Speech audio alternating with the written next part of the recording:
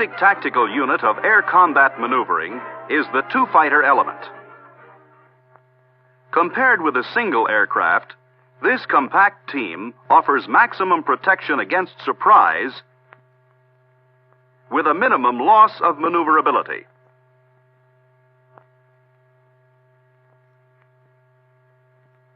Let's look at a single fighter for a moment.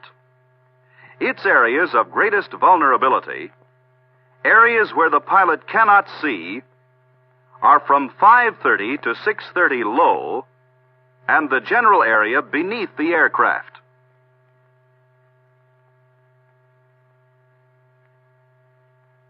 Now let's add the important second member of the element, the wingman.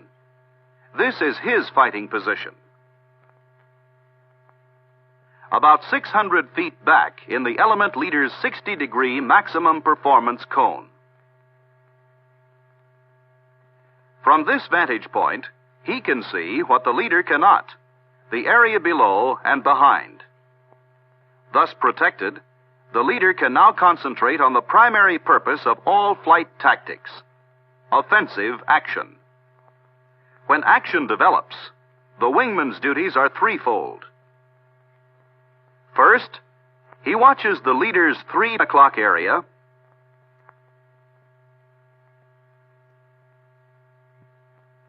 to 9 o'clock area, and apprises him of attacking enemy aircraft.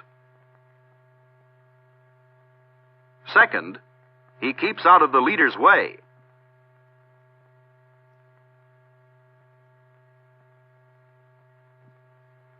Third, he maneuvers to stay with the leader. This means both horizontal and vertical movement to keep his fuselage aligned with the leader's at all times. He stays out of the in-trail position unless forced there by maximum performance maneuvers. The wingman is primarily the defensive member of the fighting element. The leader is responsible for the offensive action. Let's see how the element works as a team in air combat maneuvering.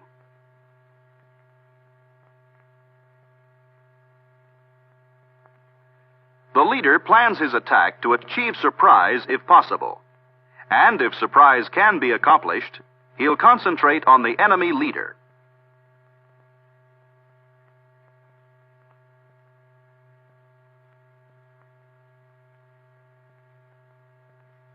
But if the enemy is aware of the attack, the enemy wingman gets first attention. In either case, the friendly leader tempers the attack with enough caution to avoid what the enemy will immediately be looking for, the overshoot. The enemy may resort to the defensive split. If so, the attacking element combines to drive the enemy wingman down and away from his leader. They do this without sacrificing airspeed advantage.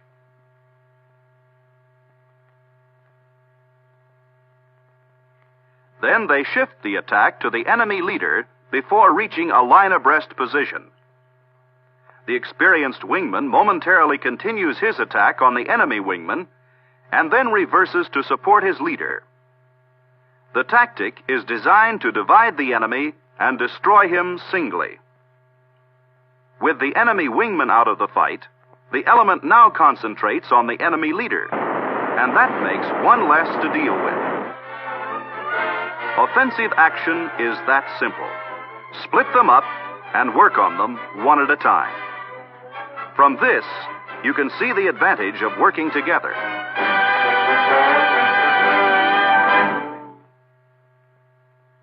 When you are on the defensive, your first defensive action is the hard turn. The objective is an overshoot through lateral separation. When separation is achieved, the element reverses and maneuvers to the 6 o'clock position.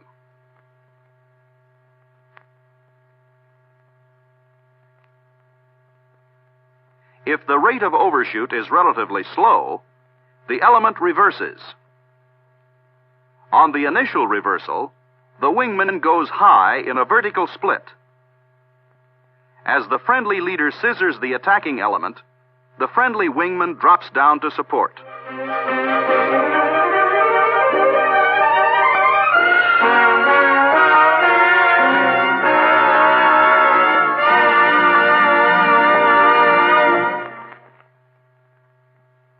In situations where lateral separation cannot be achieved, the defending element uses the defensive split.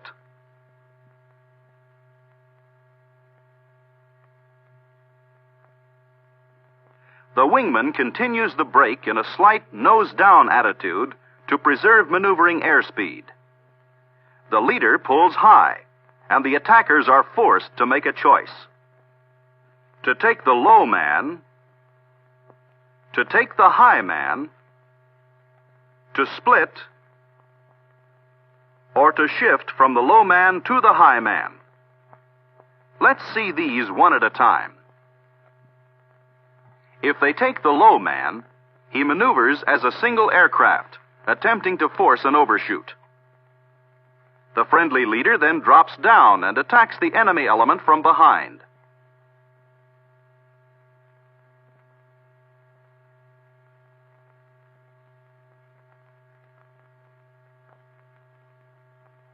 If the attacking element selects the high man, the friendly wingman automatically reverses as the attackers slide past. The friendly leader makes a high G roll underneath and fights as a single aircraft. The friendly wingman maneuvers to support his leader.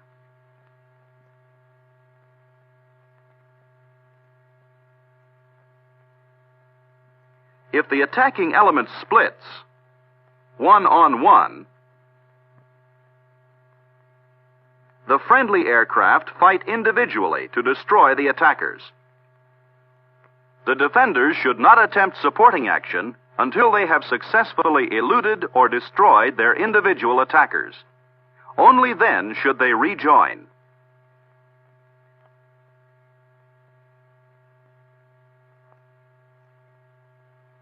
Now, back to the original attack again. If the attackers switch from low man to high man, the friendly wingman makes a nose-high reversal as soon as the shift is apparent. The friendly leader breaks down into the attack and maneuvers as a single ship to gain an offensive advantage. The friendly wingman attempts to support his leader by completing the sandwich.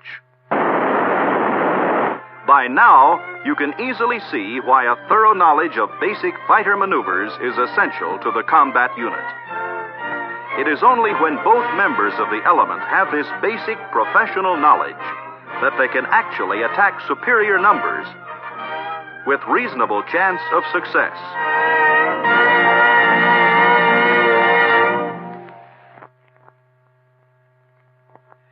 Let's see how such a combat-ready element would attack a flight of 4. The primary target is the high element. Ideally, the attack should be made from the low element side.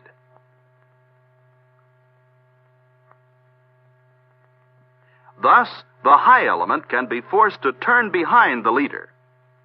When he is well committed to this defensive maneuver, the attack then switches to the lead element. With the enemy flight breaking in the same direction, the friendly force can now press its attack on the trailing element.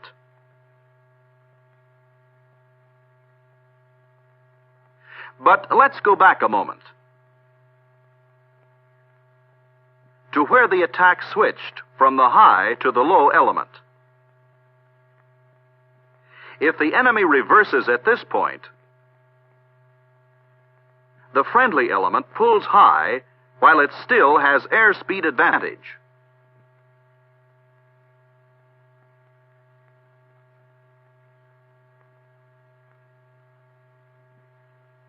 It then positions itself behind the trailing element to continue the attack.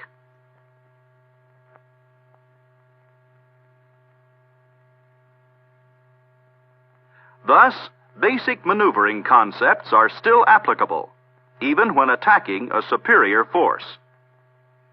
Basic concepts of air combat maneuvering become even more important when two elements operate together as a flight.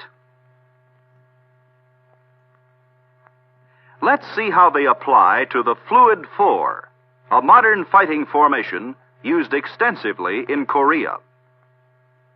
The Fluid 4 is designed around two offensive elements: the low element, with the flight leader ahead, and the high element, 10 to 35 degrees back on the down-sun side. Its operating position is about 5,000 feet out to the side and about 2,000 feet above the lead element. From this position, it acts defensively to support the lead element, or offensively to take on action that might be awkward or impossible for the lead element. Therefore, the element leader must be aggressive, experienced, and responsible. Else the advantage of this formation is lost. For the Fluid 4 has definite advantages.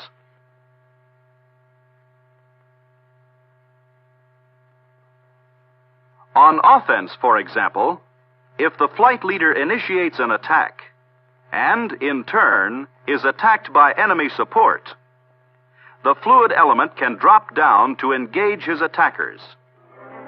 So the formation has a very big defensive advantage while actually attacking the enemy.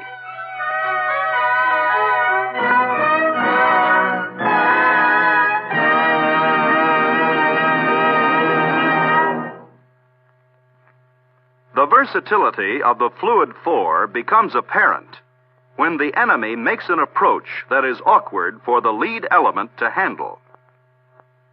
The fluid element, from its advantageous position, goes to the offensive immediately.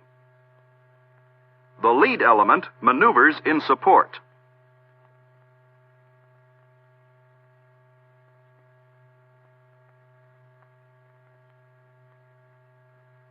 The Fluid 4 again proves itself when attacking another flight of 4. If possible, the lead element initiates the attack on the enemy high element from the formation low element side.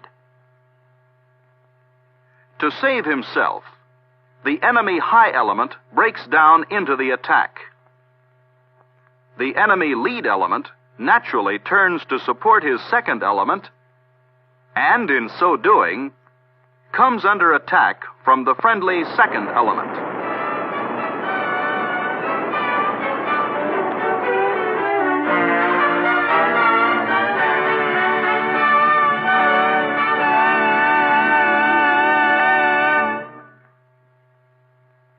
But let's see what happens if the attack cannot be made from the enemy's low element side. The high element is still the first target. The friendly flight leader feints an attack at him to drive him into high-performance evasion. Then he diverts the attack to the low element.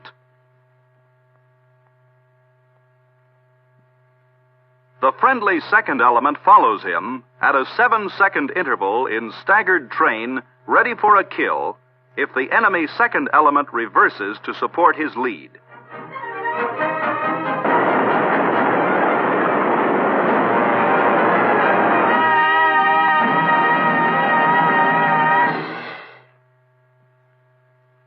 Defense of the Fluid 4 formation demands the greatest skill of all. When attacked by two, the action is simple, but it must be coordinated. The enemy will select the high formation, attacking out of the sun. The high element counters the attack by breaking into it and descending to the lead element's altitude. He, meanwhile, informs the flight leader of his action. While maneuvering to gain the advantage of his attacker, the element leader keeps a lookout for a second enemy element possibly following the first in train. If none appears, the flight leader's element gives him support by sandwiching the attackers.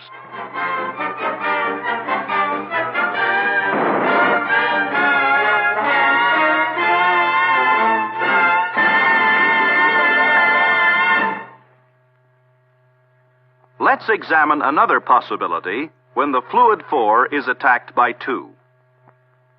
As the high element goes into defensive maneuver, the attackers may shift to the friendly low element. In this case, the friendly high element leader assures himself that there is not another attacker in train and then reverses to sandwich the enemy.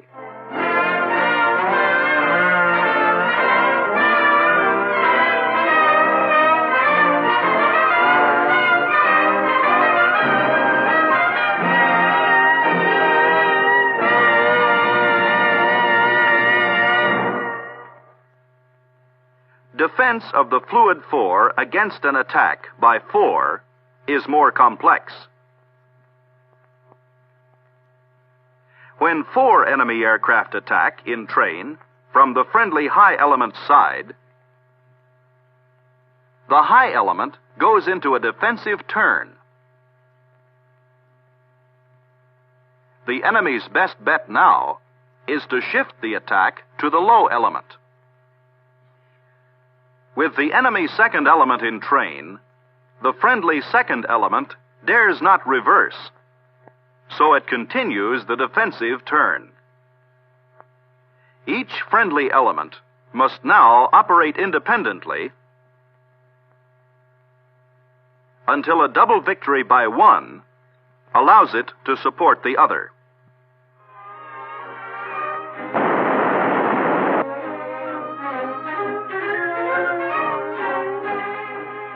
Remember that mutual support is the objective of flight tactics. It comes only with teamwork and the confidence of every pilot in the other members of his flight. So practice these flight tactics and plan your action. For fighter tactics are planned maneuvers that preclude trial and error in the big show. That is where every leader and his wingman bets his individual life on the collective ability of the team to outfly, outfight, and outlive a skillful enemy.